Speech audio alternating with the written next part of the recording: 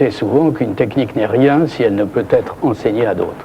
Si elle est pour la satisfaction propre du chirurgien, ça n'a aucun intérêt.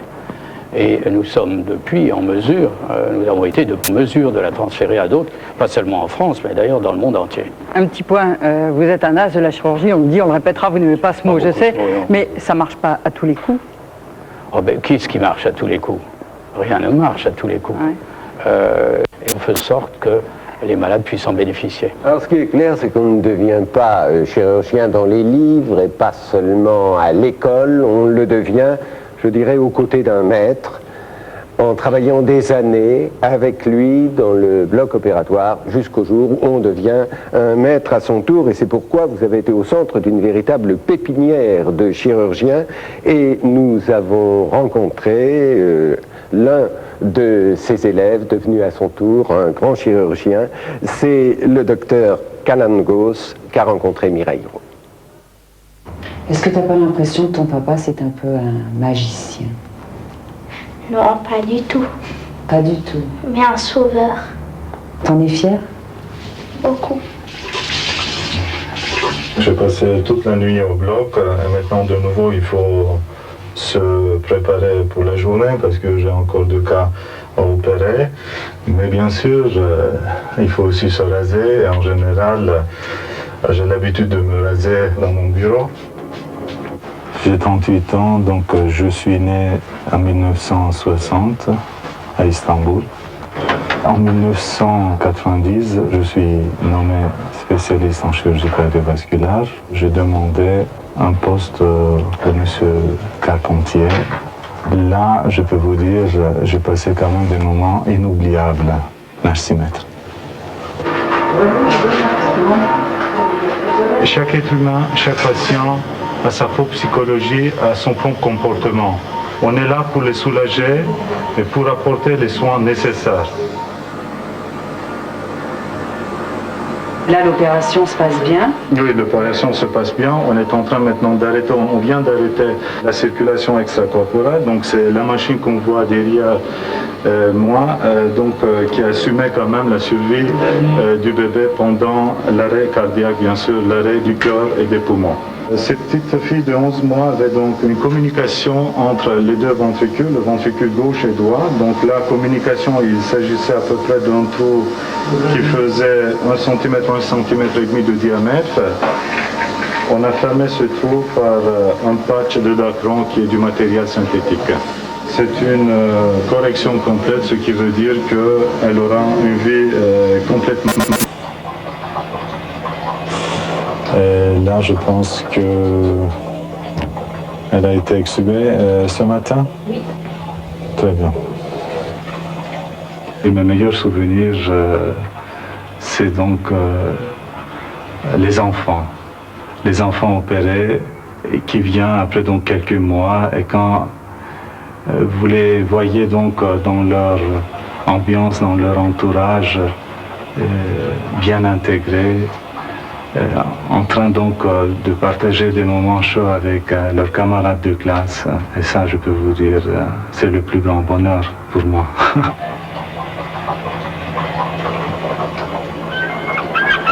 J'aime bien le bateau, j'aime bien naviguer.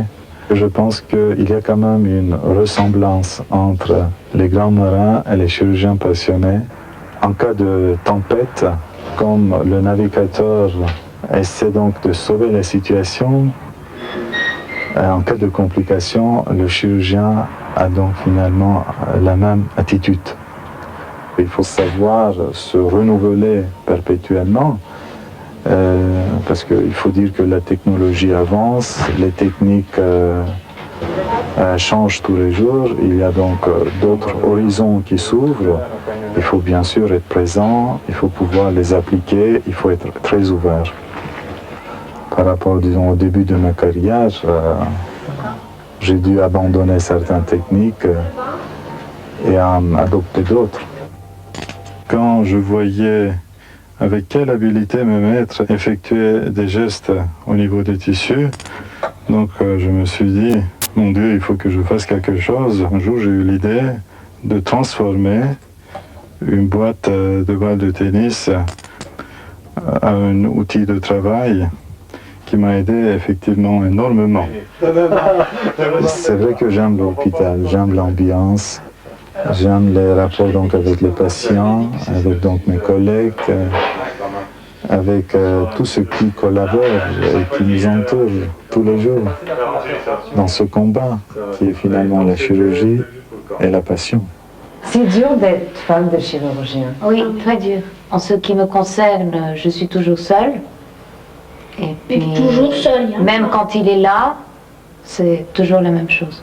Il pense à autre chose. Oui. Il est avec ses malades, il est avec le lendemain, avec tout ce qu'il doit assumer dans sa vie de chirurgien. Chaque changement de pays, chaque changement d'hôpital avait quand même ses propres soucis. Et je peux vous dire, heureusement qu'elle était à côté de moi, elle a su non seulement me supporter, mais assumer aussi mes soucis. Et finalement, en quelque sorte, elle était là, toujours présente, à me dire, mais non, tu dois comme ça, tu dois te battre, mais tu dois aller de l'avant, mais non, ne te laisse pas avoir, mais tu es quelqu'un de capable, tu dois prouver quand même à ces gens-là que tu peux un jour arriver à faire ça. Comment il vous parle de son métier? Il le garde dans son jardin secret, son métier. Il ne le partage qu'avec ses collègues. Alors, le docteur Kalangos, qui, soit dit en passant, fait l'Europe, puisqu'il est grec d'origine, né en Turquie, ayant fait ses études de médecine auprès de vous à Paris et exerçant en Suisse, c'est formidable. C'est un élève très brillant. Un jour, vos élèves vont faire des grandes... Et c'est vous qui allez être l'élève de vos élèves? Absolument. C'est très bien dit, et vous avez parfaitement raison. Et d'ailleurs, je le souhaite, parce que, si vous voulez, je crois qu'une des missions très importantes que l'on a en tant que médecin, c'est de transmettre notre savoir, nos connaissances. Et rien n'est plus agréable que de voir en effet des élèves comme Kalangos, mais il y en a beaucoup d'autres. Il y en a que vous avez invités dans cette salle, que je salue. Il y a un Américain, un Argentin, un Iranien, enfin, etc. J'en passe. Eh bien, c'est pour moi une très grande fierté que de voir toute cette famille, cette seconde famille rassemblée. À l'heure du cœur, nous allons passer au cerveau, et là aussi, la chirurgie fait des progrès extraordinaires, et notamment dans le traitement de cette terrible maladie, la maladie de Parkinson. Oui, la maladie de Parkinson est une maladie dégénérative du système nerveux qui provoque tremblement et paralysie. Alors, il existe toutes sortes de médicaments pour aider à traiter cette maladie, mais quand les médicaments ne suffisent pas, il faut pouvoir recourir à la chirurgie. Et dans certains cas, des techniques extraordinaires marchent. La dernière en date nous est montrée maintenant par Marie-Françoise Griot.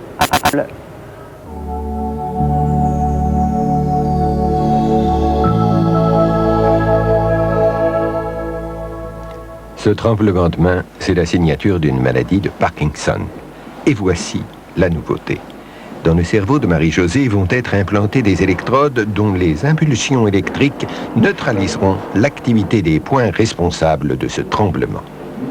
Tout le travail d'aujourd'hui va consister à viser cette structure. Alors c'est un endroit qui est réputé délicat parce que quand un malade fait une hémorragie dans cette région-là, il présente des troubles neurologiques très gênants, très spectaculaires. On appelle ça un hémibalisme. Ce sont des mouvements très violents du bras ou de la jambe, mais la plupart du temps du bras, qui rendent le malade très invalide. Alors, on a une peur, je dirais, ancestrale, d'aller dans ce noyau. Pour atteindre ce après avoir fait une ouverture dans la boîte crânienne, on a donc mis en place un tube dans lequel pénètrent ces électrodes. Une à une, millimètre par millimètre, celles-ci s'enfoncent dans le cerveau. Chaque neurone est stimulé et les réactions sont analysées par des appareils ultrasensibles. La pointe de ces fabuleuses têtes chercheuses ne mesure pas plus d'un millième de millimètre. Grâce à une anesthésie locale, Marie-Josée reste consciente, car ces réactions, ces sensations sont indispensables à l'exploration. Est-ce que c'est mieux ou est-ce que vous avez toujours cette sensation? Non, c'est mieux. C'est mieux? Vous me dites si elle revient. Mais soudain, regardez, c'est le signal. Le point malade est atteint? Oui, c'est bien ça. La main de Marie-Josée s'arrête peu à peu de trembler. Les électrodes sont retirées. Seule restera en place celle qui est venue à bout du tremblement. On passe alors à la partie gauche du cerveau. L'opération durera au total 15 heures.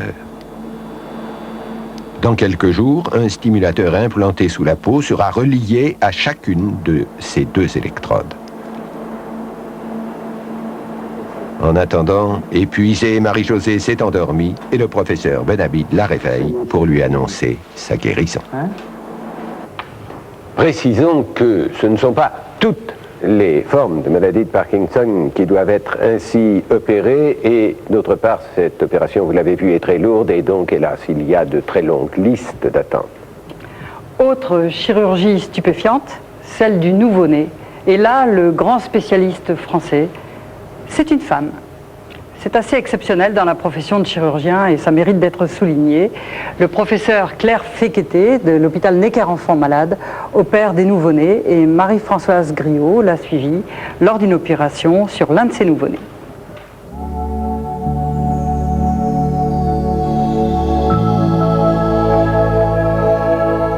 Tout juste sorti du ventre de sa mère, Alexandre est transporté de la maternité à l'hôpital, anesthésié, et va être opéré quelques heures après sa naissance. Une partie de son foie et de son intestin sortent par le cordon ombilical, c'est ce qu'on appelle un non-phallocèle. On voit bien le foie là, vous voyez, qui est sorti. Ça c'est la couleur normale du foie. On voit à partir l'intestin, vous voyez, ça c'est l'intestin. On va donc décoller millimètre par millimètre ce morceau de cordon qui adhère aux ficelles. Il faut essayer de faire une hémostase, d'arrêter l'hémorragie complètement. Ensuite, il faudra cautériser la surface du foie dégagée avant de faire rentrer finalement le tout dans le ventre du bébé. L'exploit est moins ici dans l'opération que dans ce qui précède. C'est un enfant qu'il faut considérer comme normal. Il n'a aucune restriction à avoir. Vous allez l'élever normalement. Le diagnostic prénatal a permis d'identifier la malformation, d'en évaluer les conséquences, d'encourager la poursuite de la grossesse lorsque la guérison sans séquelles est très probable et d'opérer sitôt après la naissance. Avec nous, le papa, Manuel, la maman, Maria, et surtout Alexandre, qui va bien. Oui, très bien. Très bien. Très, très bien. Traité. Cela s'appelle l'endartériectomie. Vous allez aller nettoyer l'intérieur d'une artère qui est dans l'arbre des poumons, parce que les poumons n'ont pas seulement de l'air, ils ont aussi du sang. Et c'est cette opération que nous allons voir maintenant.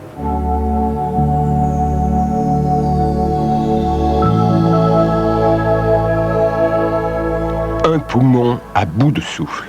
À la suite d'une embolie pulmonaire, toutes les artères sont envahies par un tissu parasite qui l'étouffe. Pour sauver le malade, il va falloir le plonger dans un état de mort apparente le temps de vider cet arbre pulmonaire. Extraordinaire prouesse chirurgicale car l'exceptionnelle difficulté de l'opération se double d'une impitoyable course contre la montre. En un premier temps, l'équipe du professeur d'Artevel va établir une circulation extracorporelle puis arrêter le cœur grâce à cette machine. Mais cela ne suffit pas. Ce sang va être réfrigéré pour abaisser la température du corps jusqu'à 17 degrés. Maintenant, le corps est au ralenti. Électrocardiogramme et électroencéphalogramme sont plats, cœur et cerveau arrêtés. Le chirurgien commence alors son travail. Découper, puis extraire cette matière fibreuse pour libérer les artères. Travail facile pour les grosses artères, mais il faut pousser l'opération jusqu'au fond de l'arbre pulmonaire. Ça, c'est la partie la plus délicate. Le chirurgien doit maintenant arrêter toute circulation sanguine dans le corps. Une situation qui ne peut pas durer plus de 50 minutes sans provoquer des dommages irréversibles pour le cerveau. C'est donc la course contre la montre pour aller en aveugle, vider les plus fines artères en sachant que toute déchirure de ces artères serait fatale pour le malade.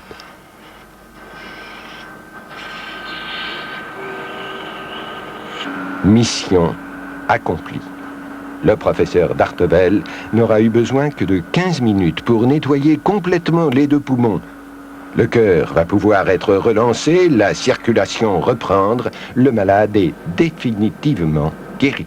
Merci Claude d'être parmi nous comme spectateur de cette intervention qui est comparable à celle que vous avez subie il y a 1 an et demi et surtout pour nous montrer que vous étiez il y a 1 an et demi un condamné à mort et qu'aujourd'hui vous êtes guéri. Professeur d'Artevel, vous êtes combien, je dirais combien d'équipes, parce que vous allez me dire, j'aime mieux qu'on parle d'équipes, combien d'équipes au monde à pouvoir faire cela? Quelques équipes. Quelques équipes, le 3, doigt d'une 4. main. C'est ça. 4. Je compte sur les doigts d'une main. Alors moi j'ai assisté à l'une de ces interventions, une endartériectomie. J'ai été très impressionnée, en particulier par l'électroencéphalogramme plat qui pour nous est un signe véritable de mort clinique. Et j'ai trouvé que régnait dans cette salle d'opération une énorme tension. Vous étiez vous-même très tendu et je me suis demandé, et je vous le demande, comment avez-vous vécu la première fois? L'hypothermie profonde dont vous parlez est quelque chose qui se fait pour d'autres interventions, notamment pour la chirurgie des gros vaisseaux qui vont au cerveau. Là n'est pas le point essentiel. Le point essentiel est que on va peler des petites artères en regardant un écran parce que à l'intérieur de l'artère a été mise une caméra vidéo et on va aller poursuivre cette séparation des couches de l'artère pulmonaire jusque dans celle d'1 ou 2 mm de diamètre. Et l'extrême difficulté de cette intervention est qu'on n'a pas le moyen de se rattraper si l'on fait la moindre plaie de l'artère pulmonaire, car à ce moment-là, on ne peut pas recoudre la plaie, on ne peut pas la suturer, on ne peut pas mettre de colle au fond, et on sait que la vie du patient dépend directement de ses mains. Et on sait aussi, en faisant l'opération, que si on ne va pas assez loin, si on n'a pas le courage d'aller assez loin, le malade gardera son hypertension pulmonaire et par conséquent mourra en post-opératoire. Il y a donc un équilibre à trouver entre le courage d'aller loin et la chance de ne pas léser l'artère pulmonaire. Alors, il faut dire que jusqu'à présent, nous avons un peu pratiqué le culte de la personnalité en centrant tout sur le chirurgien, le patron. Et tous, vous nous avez dit, attention, ça nous gêne beaucoup, parce que le chirurgien, nous ne sommes rien. Nous ne sommes rien sans nos équipes. Alors on va en parler de vos équipes et justement, Thierry Moïse a suivi une opération moins dramatique que vous faisiez, seulement il ne s'est pas intéressé à vous. Il s'est intéressé à votre équipe, celle qui vous entoure pendant une opération. Une intervention chirurgicale commence presque toujours au cours d'une réunion comme celle-ci, que les médecins appellent un staff. Le médecin qui s'occupe du patient présente le cas à l'ensemble de ses collègues et au chirurgien qui va peut-être opérer. Doit-on opérer? Quels sont les risques de l'intervention? Comment se fera-t-elle? C'est ici que toutes ces questions sont discutées. Et puis vient le jour de l'opération. Le patient est conduit en salle de réveil, l'antichambre du bloc opératoire, pour faire connaissance avec l'équipe et les dernières vérifications. Quelques instants plus tard, installé sur la table d'opération. Ceux qui débutent l'intervention, ce sont l'anesthésiste et l'infirmier anesthésiste. Pendant la phase d'endormissement, le médecin dirige les opérations, surveille le malade et l'infirmier prépare les injections. Spécialisé en anesthésie, il doit pouvoir anticiper les besoins du médecin et réagir vite en cas d'urgence. Une fois le patient endormi, le dispositif de l'opération se met en place. À partir de maintenant, dans cette salle vont coexister 2 univers entre lesquels il ne doit y avoir aucun contact. Dans le premier, l'exigence de propreté est absolue. Aucune bactérie, aucun virus ne sont tolérés. C'est le monde de l'asepsie où tout est stérilisé. L'autre univers, c'est le nôtre où il reste des microbes. Pour intégrer le monde sans microbes, on commence par se laver les mains. À partir de là, interdit de toucher quoi que ce soit qui ne soit pas stérilisé. La blouse, stérile, est enfilée avec l'aide de la panseuse, une infirmière qui, tout au long de l'opération, fera le lien entre le monde sans microbes et l'autre. Elle ne touche que l'arrière de la blouse. La partie avant reste donc stérile. Pour enfiler les gants, le chirurgien ne touche que l'intérieur pour ne pas contaminer l'extérieur avec des microbes. Le patient lui-même est nettoyé, puis recouvert d'un film qui empêche ses propres microbes de pénétrer dans l'ouverture de l'opération ou de contaminer les gants et les blouses aseptisées. Il s'agit ici d'une opération de la gorge assez banale. La trachée du patient est rétrécie à un endroit et on va enlever ce rétrécissement. Ces deux assistants vont pratiquer l'ouverture de la gorge et dégager la trachée avant que M. Dartevel ne vienne pour faire l'ablation elle-même. Ce sont eux-mêmes des chirurgiens. Pendant la suite de l'opération, ils aideront le chirurgien principal en écartant les organes, en nettoyant l'ouverture, mais surtout, ils seront indispensables en cas d'urgence. Cette infirmière est entrée elle aussi dans le monde sans microbes, c'est l'instrumentiste. Son rôle est de préparer les instruments et de les passer au chirurgien le moment venu. L'idéal, c'est de le faire avant qu'il le demande. Cela suppose de connaître parfaitement l'opération. Mais en plus, une bonne complicité avec le chirurgien permet de savoir qu'il a besoin de quelque chose avant même qu'il le dise. La penseuse qui ne fait pas partie du monde sans microbes passe à l'instrumentiste ce dont elle a besoin. Elle ouvre les sacs stériles sans toucher ce qu'il y a à l'intérieur et c'est l'instrumentiste qui vient le... Avant d'intervenir, le chirurgien a demandé au médecin pneumologue de venir localiser précisément la partie à enlever. L'opération proprement dite commence alors. À partir de ce moment, l'anesthésiste devient le médecin chargé de tous les paramètres vitaux du malade. Moins d'1 heure plus tard, l'ablation est réalisée. Monsieur Dartevel part opérer dans une autre salle, tandis que les assistants chirurgiens referment la gorge du patient. Peu à peu, la salle se vide. Les derniers à rester, ce sont les anesthésistes, médecins et infirmiers qui réveillent le malade. Au total, en dehors du chirurgien, 7 personnes ont été indispensables à la réalisation de cette opération simple et sans équipements spéciaux. Alors, professeur Dartevel, il faut que ce soit une équipe très soudée, c'est-à-dire qu'elle reste la même pendant des années autour de vous.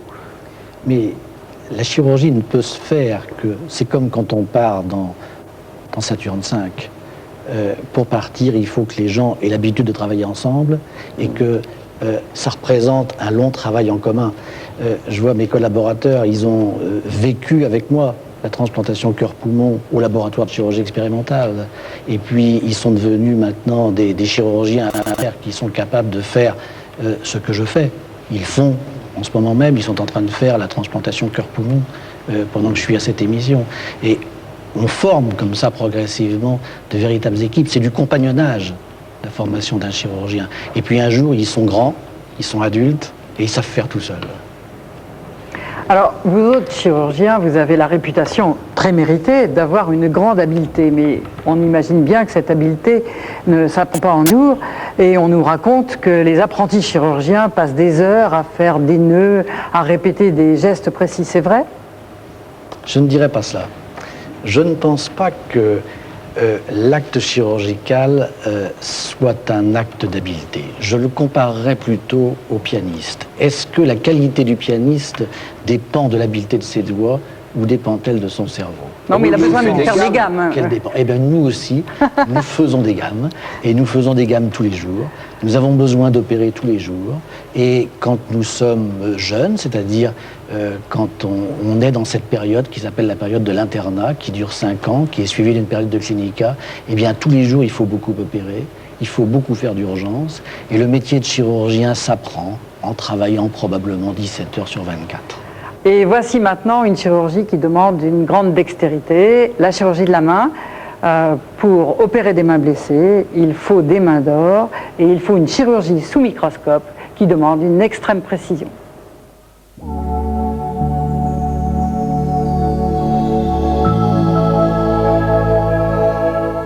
Une pièce d'1 franc. Ce n'est pas bien grand, et les cannelures pas très épaisses. Alors imaginez que pour coudre, vous deviez utiliser un fil qui serait encore plus fin que ce cheveu, un fil comme ça, avec au bout une aiguille aussi petite que le 1 de votre pièce. Eh bien c'est ça, la microchirurgie. Regardez ces tuyaux. Ils sont un peu plus gros que les veines de nos doigts. Le professeur Mitz, spécialiste de la main, va pourtant les coudre l'un à l'autre avec 9 points de suture. Démonstration dans le calme d'un laboratoire de l'hôpital Boucicaut à Paris, mais l'application, elle, c'est l'extrême urgence du bloc opératoire. Ces interventions doivent donc se faire sous microscope et sur un champ d'action d'1 cm². À Boucicaut, les futurs microchirurgiens doivent s'entraîner 400 à 600 heures sur ces tuyaux de plastique pour être sûrs de leurs mains le jour de l'opération. À l'habileté s'ajoute l'ingéniosité. Dernière innovation, placer un morceau de sucre dans la veine écrasée. Une veine que ce dispositif permet de garder bien ouverte, ainsi le chirurgien ne risque pas de l'obturer en la recoussant.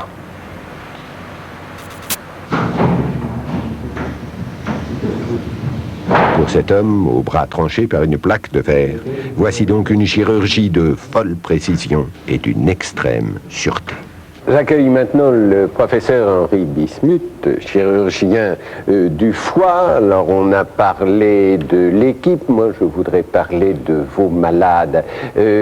Comment vous regardent-ils quand ils se réveillent avec un foie tout neuf? Quelles sont leurs réactions? Je crois qu'ils sont contents. Ah oui, mais c'est beaucoup plus. Non, plus que ça. Ils sont contents et si je cite une anecdote, c'est que j'ai rarement vu un opéré, dans la souffrance du réveil, quelquefois, faire le V de la main. Car c'est la libération totale. L'attente du greffon, c'est quelque chose d'absolument dramatique, car c'est la mort qui les guette. Et malgré cette intervention très longue, vous voyez cet opéré ne pouvant pas parler, avec le tube d'anesthésie dans la bouche, qui dit V.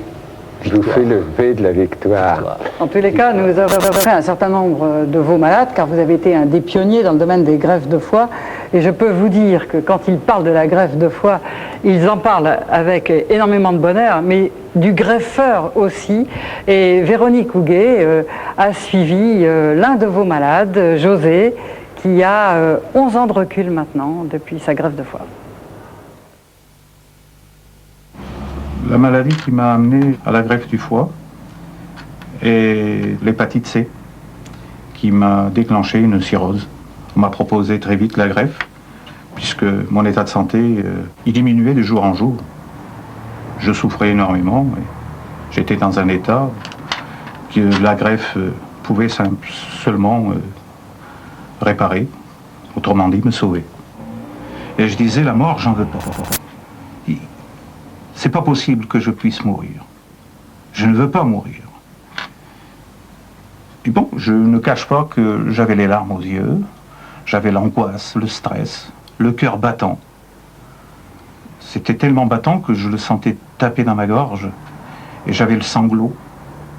J'avais vraiment peine à croire que la mort me prendrait un jour. À chaque jour, je ne vivais qu'avec cette attente d'y arriver. À la greffe, ça a été quelque chose de miraculeux. Il y a aussi le côté miraculeux et le côté mystérieux, parce qu'il m'arrivait de penser, mais pour être greffé, pour m'arracher à la mort et vivre la greffe finalement, c'est quelqu'un qui va mourir. Alors, à ce moment-là, j'avais du chagrin. J'avais du chagrin pour l'inconnu qui allait mourir et qui allait me permettre de vivre. J'ai eu du chagrin dès qu'on m'a dit qu'il fallait me greffer pour me sauver. Et j'étais horrifié, rien qu'à penser, quelqu'un mourait. Mais au fil des jours, ces médecins merveilleux, tous ces gens qui m'ont entouré, m'ont bien expliqué que finalement, c'est formidable. Si on pouvait les uns les autres comprendre que la mort, finalement, elle sert encore à quelque chose, et au travers de cette mort, on peut encore vivre. Et je suis heureux aujourd'hui d'être là, il y a maintenant 11 ans. C'est magnifique ce qui m'est arrivé. Il faut savoir que je suis resté près d'1 an en milieu hospitalier, sans revenir chez moi, tellement mon cas était difficile et à la fois fragile. Le jour où on vous a dit « ça y est, il y a un greffon de disponible pour vous », qu'est-ce que vous avez ressenti? La grande émotion qui est à la fois liée par la fin d'une attente et aussi par la joie. Et cet instant de rentrer au bloc et d'être prêt, en toute évidence, à recevoir la vie, c'est quelque chose de très émouvant, que je n'oublierai jamais. Et j'avais même cette impression de dire comment ça va être à mon réveil, comment je vais découvrir à nouveau la lumière et la sensation de vie. Et c'est quelque chose que j'ai découvert en réanimation. Je me suis très vite rendu compte que j'étais là et que quelque chose s'était passé. Et je sentais bien qu'il y avait en moi une force, quelque chose qui me réveillait à nouveau à la vie, qui me donnait envie de me mettre debout. Bonjour. Bonjour, ça a été ta promenade? Ouais, ça a été. J'ai pris un bon bol vert. C'est pas si beau qu'hier, hein? J'ai récupéré un petit bar. Je vais me faire ça ce midi. Mon foie, je le perçois comme quelqu'un qui vit en moi. Je suis très attaché, disons, amoureux de mon foie. J'ai pas beaucoup de médicaments à prendre chaque jour. J'ai un médicament essentiel, la cyclosporine, qui nous couvre contre le rejet. Je mène une règle de vie désormais qui va envers le sens de le bichonner, de l'aimer et de continuer le plus longtemps possible ensemble. J'ai changé dans mon alimentation par rapport à avant. Les cuisines trop importantes en matière grasse. Le foie est d'une grande partie celui qui filtre. Alors, il ne faut pas non plus charger le corps afin de lui donner trop de travail. C'est ça que j'appelle bichonner mon foie. C'est lui faciliter son travail pour que moi, j'ai ma vie plus normale. Depuis sa greffe, il y a 11 ans, José est en invalidité et ne travaille donc plus. Mais de temps en temps, il aime rendre visite à son fils qui a pris sa suite sur son bateau comme marin-pêcheur. Mon donneur représente ma joie de vivre. Il a gommé la plus grande partie de mes peines. Ce retour à la vie, c'est grâce à lui. Donc, quelque part, je suis en quête, je le cherche, mais je le sens en moi. Alors, je vis heureux, je vis avec, et j'avance. Il est aussi important, le chirurgien, que mon donneur. C'est lui qui a fait le geste. C'est lui aussi qui a porté tout son amour, a placé aussi bien l'organe qui allait me donner la continuité de la vie et qui a permis tout cela.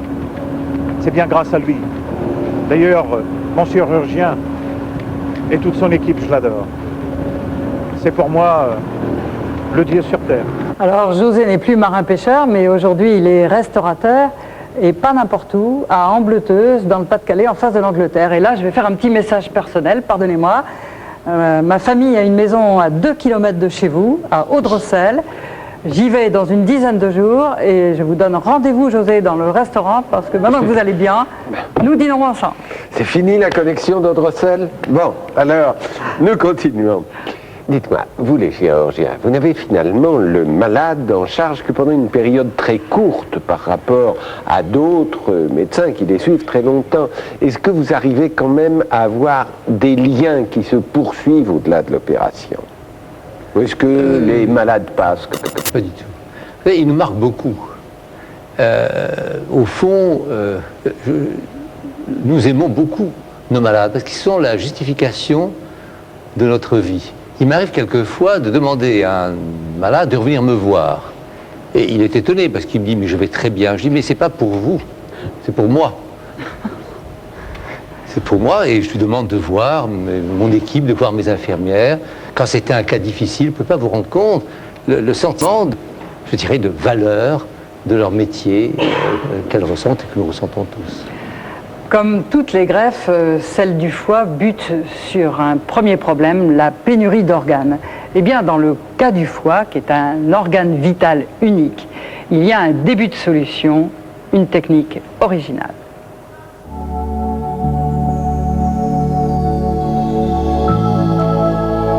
Premier temps de la greffe, le foie malade a été enlevé.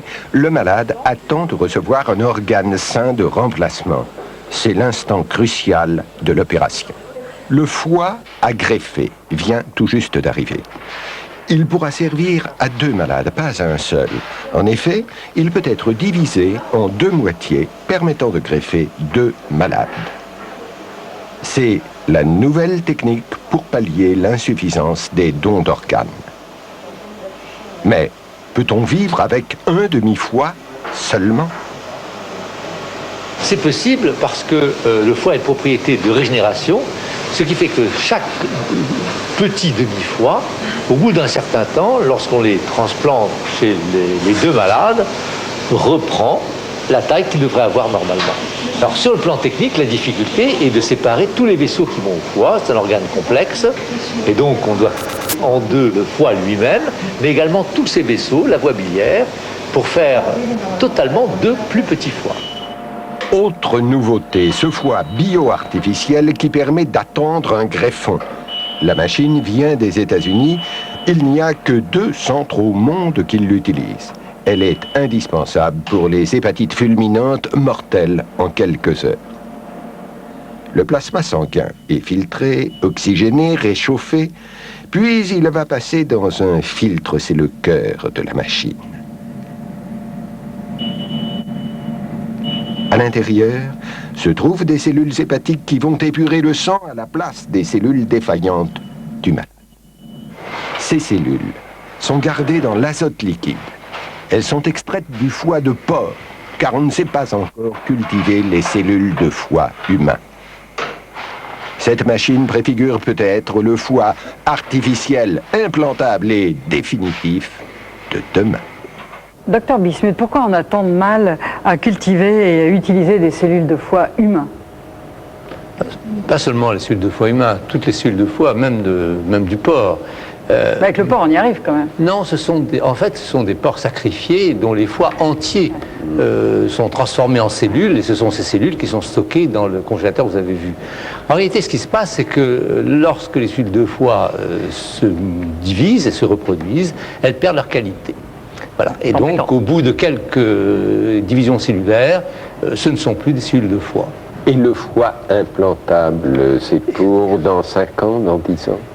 Là, nous sommes encore très loin. Nous parlons d'un foie bio-artificiel. Pourquoi? Ce n'est pas un foie artificiel. Le foie artificiel, ce serait un foie en plastique, comme le cœur artificiel.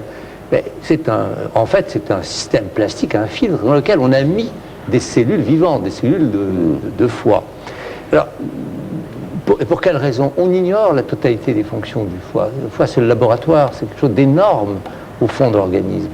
Et on serait déjà heureux d'avoir un foie, même pouvant assurer pendant longtemps, 1 semaine, 1 mois, ce serait le rêve, toutes les fonctions du foie. On n'y arrive pas encore. Le foie est vraiment un organe extrêmement complexe, et je répète encore, on ne sait pas encore toutes les fonctions du foie. On en est au foie bio-artificiel, peut-être un jour, mais on ne sait pas quand, le foie artificiel. Alors l'implanter, là, ça dépasse. Moi, je ne peux même pas imaginer. Donc, en attendant, on va revenir aux greffes. En fait, dans la greffe du foie, il y a 3 temps avec un suspense absolument insoutenable. D'abord, il faut savoir si on va avoir un greffon, parce qu'on en manque. Deuxièmement, on va greffer le foie. Et puis, troisièmement, est-ce que l'organisme va tolérer ce foie? Est-ce qu'il y a beaucoup de rejets? Non, il y a des rejets, mais pas beaucoup. Nous avons actuellement des médicaments assez puissants. La cyclosporine était citée, il y en a un autre qui est le Prograf, qui est un médicament également puissant. Donc nous avons des moyens pour cela. Le foie, de façon assez paradoxale, bien qu'il soit très gros, est assez bien toléré par l'organisme. Et lorsqu'il y a rejet, vous pouvez tenter une nouvelle greffe? Ah oui. On retransplante, c'est pas très gai, pour le malade en particulier. Nous on transplante, il nous est arrivé de retransplanter des malades non seulement 2 fois, 3 fois, même 4 fois. Donc c'est encore possible. Alors, nous allons rester sur cet organe magique qu'est le foie pour découvrir un nouvel aspect de la chirurgie. Je vais appeler cela la chirurgie par correspondance. On a l'impression qu'il faut nécessairement être sur place pour opérer un malade. C'est vrai, mais il n'y a pas que les mains, il y a aussi le jugement, et on peut avoir besoin de l'avis de quelqu'un d'autre, et aujourd'hui, on peut, grâce à la télémédecine, avoir un jugement à plusieurs, plutôt que tout seul, et c'est ce que nous allons voir maintenant.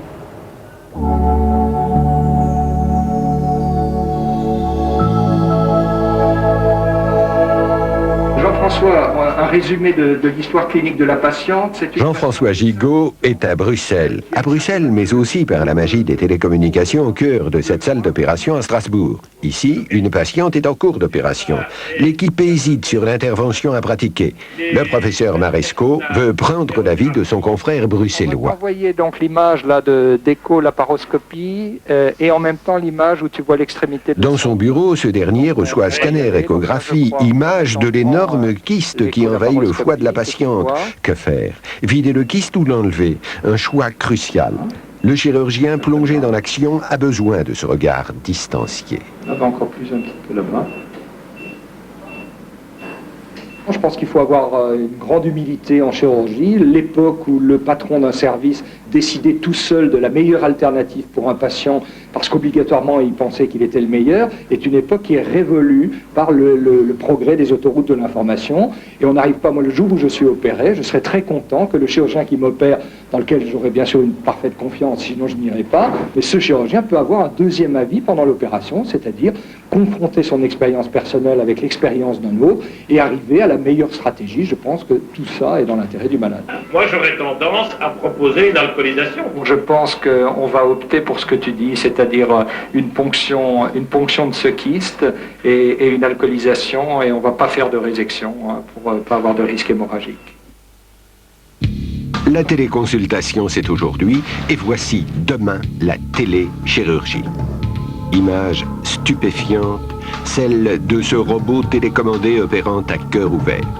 Le matériel est américain, mais c'est l'équipe de chirurgie cardiaque de l'hôpital Broussais à Paris qui, pour la première fois au monde, l'a utilisé en mai dernier.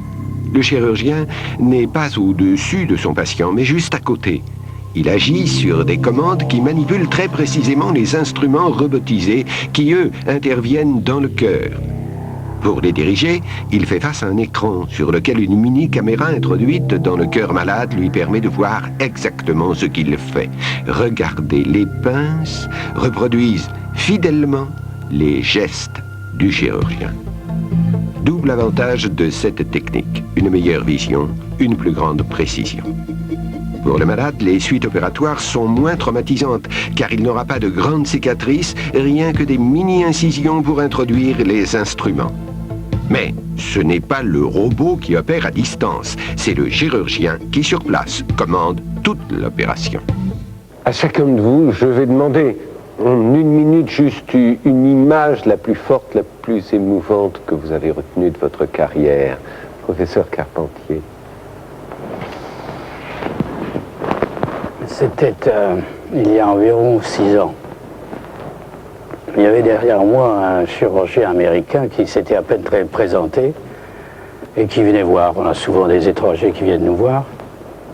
Et ce même chirurgien est revenu 6 mois après en disant « J'ai fait le tour des différents centres et je voudrais que vous m'opériez. Et je voudrais bénéficier des techniques que vous avez mis au point. » C'était un grand chirurgien cardiaque, un professeur de Harvard, et bien sûr ça a été une émotion formidable, d'abord de pouvoir montrer que notre pays était à la pointe en matière de progrès chirurgical. Professeur Bismuth. Il est peut-être aussi à la pointe en matière de générosité, parce que l'histoire auquel je pense est celle de cette jeune fille que nous avons reçue un jour ayant une hépatite fulminante dans le coma. Et la seule solution était de faire une transplantation hépatique. Son père et sa mère étaient les heures passées, la petite s'aggravait et tout le monde était dans l'angoisse, la famille, et au bout de 24-36 heures, rien. Et la petite est entrée de plus en plus dans le coma et est morte. Et s'est trouvée dans la situation de la mort cérébrale du donneur. Et cette famille a dit, puisque notre fille est maintenant dans la situation de donneur, eh bien il faut prendre ses organes. Et ils sont passés de l'attente de la guérison de leur fille malade. L'attente vaine. Elle a été vaine dans ce cas-là, à ce don extraordinairement généreux des organes de cette fille. Or le foie qui était évidemment malade, mais le cœur, les reins ont pu être pris. Professeur d'Arthenel. Je raconterai l'histoire d'une première transplantation cœur-poumon. Nous avions travaillé avec mon équipe pendant 5 ans sur l'animal. Jamais un animal n'était arrivé à survivre plus de 3 jours. Nous étions désespérés. Et puis, on s'était dit, la physiologie de l'animal est très différente de celle de l'homme. Sur l'homme, ça marchera, puisque d'autres équipes y sont arrivées. Et le premier jour, quand on a fait cette première transplantation de cœur-poumon, le thorax était vide, il n'y avait plus de poumons, plus de cœur. Et puis, à la réimplantation, tout a revécu et la transplantation a marché. C'était exceptionnel. Notre émission est maintenant terminée. Merci de votre fidélité. Je vous souhaite un très bon week-end. Au revoir.